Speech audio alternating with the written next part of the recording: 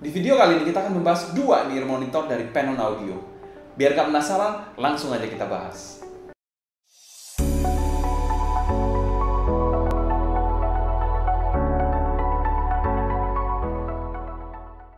Hello dear lovers, welcome back to Soundinity bersama dengan saya Sebastian yang akan sharing bersama kalian mengenai dunia audio portable dan desktop audio. Mungkin bagi kalian banyak yang asing dengan Penon Audio. Penon Audio sendiri merupakan retailer dari produk-produk audio yang berbasis di Hong Kong. Contoh dari produk-produk Penon Audio yang kalian saksikan di depan ini yaitu ada Penon Sphere dan Penon Fan. Penon Fan sendiri menggunakan satu dynamic driver 10 mm dan Penon Sphere sendiri menggunakan satu balance armatur full range. Kabel dari kedua ini monitor ini sama-sama dual pin dan detachable. Jack bawaan keduanya juga sudah menggunakan jack 3,5 mm yang dapat kompatibel dengan semua jenis player ataupun HP yang kalian punya. Fan sendiri dipasarkan di harga $139, sedangkan Penon Sphere sendiri dipasarkan lebih mahal, yaitu sekitar $159. Selanjutnya akan kita bahas packaging dari kedua in-ear monitor ini.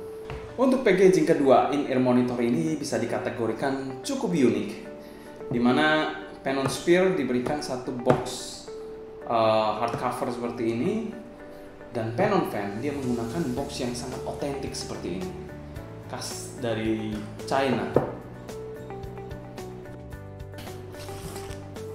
Kita akan melihat Penon Fan dulu. Dalam paket penjualan Penon Fan atau packagingnya, di dalamnya ini dia menggunakan kotak persegi panjang seperti ini, dan kalau kita buka di dalamnya langsung kita disuguhkan in-ear monitornya dan beberapa pasang ear tips. That's it. Hanya itu saja. Jadi Penon Fan ini packagingnya bisa dikategorikan cukup sederhana. Berbeda hal dengan packaging dari Penon Sphere. Kalau Penon Sphere ini kita lihat boxnya berwarna biru tua, ada tulisan Penon berwarna emas di sini. Di bagian samping ada tulisan Sphere in-ear monitor. Di bagian samping-samping lainnya tidak ada. Di sini dijelaskan Sphere Hi-Fi in-ear monitor menggunakan balance armatur dengan spesifikasi lainnya. Kalau kita buka, di dalamnya kita langsung diperlihatkan sebuah case berbahan kayu berbentuk bulat seperti ini yang sangat kokoh. Di dalamnya juga ini mungkin terdapat apa ya? Ini coaster mungkin ya untuk letakkan in-ear monitornya. Dan kalau kita buka lagi di dalamnya ini terdapat case berbahan semi kain seperti ini. Di dalamnya juga ada air tips, berbagai macam air tips dan pembersih in-ear monitor. Sangat lengkap kalau kita lihat dari paket penjualan Sphere dibandingkan paket penjualan dari Fan. Dan kalau kita lihat lebih dalam, ini adalah in-ear monitornya. Oke. Jadi ini sebenarnya saya ganti sih ya, air tipsnya. Jadi ini gunanya untuk alas di case bulatnya ini, biar ada soft touch-nya di dasar dari case-nya ini. Cukup menarik dan sangat baik.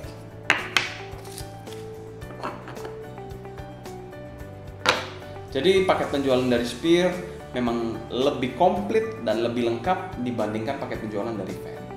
Kedua in-ear monitor ini memberikan packaging yang memang berbeda daripada in-ear monitor pada umumnya. Fan memberikan kotak yang sangat otentik seperti ini, di mana Sphere di sini memberikan kotak case bulat yang sangat cantik kalau menurut saya. Dan juga dipikirkan ada pemberian case berbahan kain seperti ini. Ini alasnya juga untuk case-nya ini, dan juga ada pembersih in-ear monitor atau wax. Itu paket penjualannya. Selanjutnya akan kita bahas build quality dari kedua in-ear monitor ini. Oke, untuk build quality dari kedua in-ear monitor ini bisa dikategorikan 11-12. Kedua in-ear monitor ini sama-sama menggunakan bahan resin. Tapi kalau dipegang begini, kerasa kalau bahan resinnya ini mungkin nggak fulfill kalau menurut saya. Nah, untuk kabelnya fan di sini kita lihat dia menggunakan kabel 4 braid dan jacknya ini berbahan metal berwarna hitam seperti ini, 3,5 mm, 4 braid. Ini juga ada splitter berbahan metal juga. Ini ada chin slidernya. Ini juga kalau nggak salah berbahan metal, yes betul metal. Di sini juga didominasi warna hitam dengan marking merah untuk sebelah kanan dan marking biru untuk sebelah kiri. Ini monitornya sendiri bisa dikategorikan cukup keren dan cukup kokoh kalau dilihat. Memang kerasa ini nggak full fill, jadi agak sedikit ringan.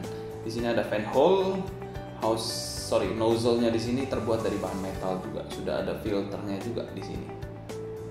Cukup bagus. Untuk kabelnya juga no complaint, cukup lentur dan cukup kelihatan kokoh. Selanjutnya untuk build quality dari Pennon Spear. Pennon Spear di sini dia memiliki housing yang lebih kecil. Dan nozzle-nya ini berbentuk seperti CM, jadi ada bolongan-bolongannya seperti ini. Jadi diberikan tadi di paket penjualannya diberikan untuk membersihkan earwax dari dalam lubang nozzle-nya ini. Desain bodinya ini lebih ergonomis dan lebih kecil dibandingkan fan. Ya lebih enak untuk memakai jangka panjang dan dipakai dalam semua bentuk telinga. Pinnya ini juga sudah menggunakan dual pin. Fan juga menggunakan dual pin sama seperti Spear sebenarnya. Dual pin 0,78 mm. Nah, yang menjadi komplain dari build quality Spear di sini adalah kabelnya. Kabelnya yang menurut saya ya agak ngasal-ngasalan aja lah intinya. Ini juga melingkar-melingkar seperti ini, nggak terasa kualitasnya lah, agak bisa dikategorikan low quality kalau bisa kita lihat. Kalau dari bagian jacknya sendiri dia menggunakan jack 3,5 mm, jacknya berbahan metal juga di sini. Ini 4 braid juga, tapi braidnya ini lebih kelihatan low quality, semacam kalau mengingatkan saya mungkin semacam seperti kabelnya blonde, ya seperti inilah. Ini juga berbahan metal dan chin slidernya berbahan plastik. Ya ini bulat-bulat seperti ini agak annoying juga nih kadang. Ya itu sih. Kalau dari build quality dari in-ear monitornya sendiri memang tidak ada masalah. Tapi kalau build dari kabel Spear ini yang menjadi komplain terbesar bagi build quality. Selanjutnya akan kita bahas fitting dari kedua in-ear monitor ini. Fitting dari Pennon Fan ini mungkin housingnya kelihatan lebih besar daripada Pennon Spear, di mana Pennon Spear ini memiliki housing yang dikategorikan lekukan-lekukannya ini mirip seperti custom in-ear monitor. Namun somehow fan ini walaupun housingnya lebih besar daripada Spear, tapi fittingnya sama-sama enak lah. Kalau misalnya saya bilang fitting dari Pennon Fan ini mungkin regular fit, dan mungkin untuk Pennon Spear ini itu mungkin lebih ke arah deep fit, walaupun regular itu deep fit. Nah, poin yang mengganggu di sini dalam fittingnya yaitu fitting dari ear hooknya ini. Kalau untuk Pennon Fan mungkin saya tidak ada masalah sama sekali untuk fitting kabel di bagian belakang telinga ya, kalau kita bilang over ear. Tapi untuk Pennon Spear ini agak mengganggu karena sedikit kaku ininya, jadi sering bulet dan mengganggu pada saat penggunaan. Karena ya begini ini agak kurang enak lah kalau kita bilang, nggak lentur untuk air hooknya dibandingkan Pennon Fan yang air hooknya ini sudah terbentuk dengan baik untuk digunakan. Selanjutnya kita bahas sound quality dari kedua in-ear monitor ini. Fan ini memiliki bass yang bisa dikategorikan cukup besar, berbody, dan ada decay yang asik banget untuk dynamic driver ini. Kalau kita tahu di Spear ini dia menggunakan satu balancer matur. Satu balancer matur di sini dia memiliki bass yang memang bodinya tidak sebesar Pennon Fan, tapi dia memiliki kecepatan yang tidak dimiliki oleh Pennon Fan bassnya. Mengingat dia menggunakan balancer matur. Bass dari balancer matur sendiri biasanya lebih rapi dan lebih bersih dibandingkan bass dari dynamic driver yang memiliki decay. Tapi somehow Kalau saya pribadi, saya suka bass yang menggunakan dynamic driver karena ada decay itu yang bikin asik dan nagih lah kalau saya bilang. Selanjutnya kita bahas mid dari kedua in-ear monitor ini. Mid dari kedua in-ear monitor ini memiliki kespesialan masing-masing. Panon Fan ini memiliki kespesialan di bagian mid low-nya. Untuk vokal-vokal cowok ini enak banget lah. Bodinya pas untuk vokal-vokal cowok. Selain itu juga smooth juga intinya. Cukup musikal dan relaxing kalau kita bilang. Sedangkan kalau di Panon Sphere ini dia memiliki spesialisasi di mid high-nya. Untuk vokal-vokal cewek itu rendernya lebih bagus dibandingkan Panon Fan ini. Untuk presentasi treble-nya di sini, Panon Fan ini bisa dikategorikan in-ear monitor yang memang sedikit lebih ke arah warm, mungkin agak sedikit dark.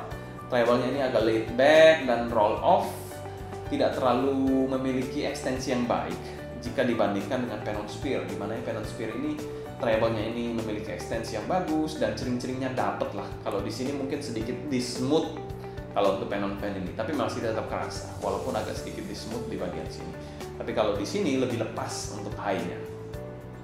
Selanjutnya akan kita bahas teknikalitas dari kedua in-ear monitor ini. Fan di sini memiliki timbre yang menurut saya lebih baik jika dibandingkan dengan Panon Sphere, di mana Panon Sphere ini masih terasa timbre BA-nya, terutama untuk bagian bass dan mid-nya. Untuk speednya dari kedua in-ear monitor ini, karena dia menggunakan dynamic driver, rasa dari dynamic drivernya ini sangat kental kalau kita bilang. Dimana speednya ini memang tidak serapi dan sebersih ataupun secepat Panon Sphere, tapi dia memiliki speed yang memang ada decay-nya, lalu transiennya juga ya lebih lambat lah, bassnya juga lebih lambat dibandingkan Panon Sphere ini yang memiliki konfigurasi satu dynamic driver. Kalau kalian suka yang lagu-lagu slow mungkin lebih cocok Fan ini, tapi kalau kalian suka lagu-lagu yang tempo cepat mungkin Sphere akan lebih ngejar lah untuk lagu-lagu tersebut. Untuk stagingnya sendiri, Panon Fan ini memiliki staging yang lebih luas dan terkesan lebih 3D dibandingkan Panon Sphere yang menurut saya stagingnya ini agak sedikit flat. Untuk separasi imaging dan positioning, menurut saya separasi dari Panon Sphere ini sedikit lebih baik dibandingkan Panon Fan. Namun imaging dan positioning dari instrumennya saya rasa lebih baik di Panon Fan ini. Untuk clarity-nya, Panon Sphere ini memiliki clarity yang lebih bersih, lebih pas dibandingkan Panon Fan ini. Yang dimana clarity-nya itu agak sedikit fail di beberapa instrumen atau frequency response. Selanjutnya akan kita bahas pro dan cons dari dua in-ear monitor ini. Cons dari Panon Fan ini, kalau kalian treble head, mungkin kalian kurang cocok dengan Panon Fan ini karena dia memiliki suara yang musikal, yang mungkin warm, agak sedikit dark dan relaxing. Untuk kalian yang mengejar teknikalitas ataupun detail ataupun ekstensi yang bagus dari treble-nya, mungkin Panon Fan akan kurang cocok. Untuk pro dari Panon Fan ini, dia memiliki suara yang musikal, yang warm, yang enak banget dan nyantai. Pro yang kedua dari Panon Fan ini, dia memiliki suara yang non-fatigue. Jadi untuk didengarkan dalam jangka waktu lama, tidak akan bikin telinga itu capek lah intinya. Cons dari Panon Fan ini, dia memiliki soundstage yang flat atau biasa saja. Jadi ini merupakan salah satu poin minus untuk teknikalitasnya dari Panon Sphere ini. Yang kedua yang sangat mengganggu, yang tidak lain tidak bukan adalah kabel dari Panon Sphere ini. Mengingat dia dihargai 159 US dollar. Itu harga yang tidak murah ya, mungkin sekitar 2 jutaan dirupiahkan. Tapi kabelnya yang diberikan atau stok kabelnya ini mirip seperti kabel-kabel in-ear monitor yang 300 ribuan, bahkan kurang cocok lah atau kurang proper kalau bagi saya. Lalu ear hook-nya ini juga seadanya dan terkesan annoying lah intinya. Jadi kabelnya ini menjadi salah satu big complaint dari Panon Sphere ini. Untuk pro dari Panon Sphere ini, dia memiliki suara yang berfokus pada mid, high, dan treble. Jadi kalau kalian suka vokal-vokal cewek yang lepas, lalu ekstensi yang bagus, Panon Sphere ini menjadi salah satu pilihan yang cocok untuk kalian. Selain itu juga dia memiliki kecepatan dan lebih bersih dibandingkan dynamic driver yang dimiliki Panon Fan. Untuk rentang harga 1-2 jutaan, mungkin sudah banyak pemain atau in-ear monitor yang cukup bagus di pasaran. Panon Fan dan Panon Sphere ini mungkin menjadi in-ear monitor yang sedikit segmented. Namun untuk harganya, mereka ini akan cukup bersaing di kelas AM/AM Chive lainnya.